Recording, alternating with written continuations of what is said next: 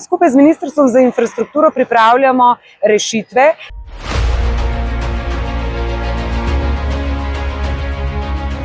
Sem Renata Kosec, županja občine Domžale.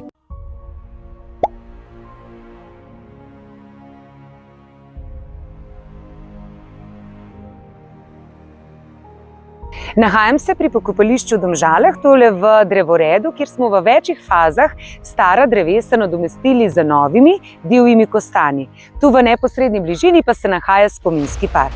Sicer pa v občini Domžale vedno stara drevesa, bolna drevesa nadomestimo vsaj enim novim.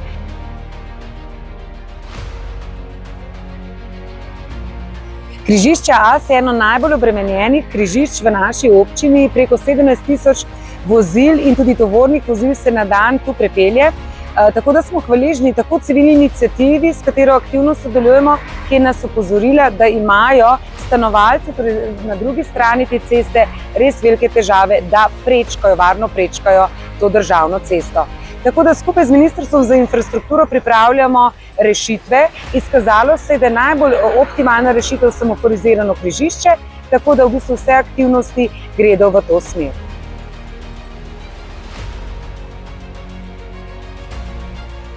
Draga Vanda, hvala lepa za vaše vprašanje. Pogosto so vprašanje glede stanovanj za mlade oziroma na splošno občinskih stanovanj. Seznanjam vas, da bo javni razpis v jesenskem času, tako da spremljate naš razpis, če ste občanka, se javite in držimo pesti, da vam uspe priti do našega neprofitnega stanovanja.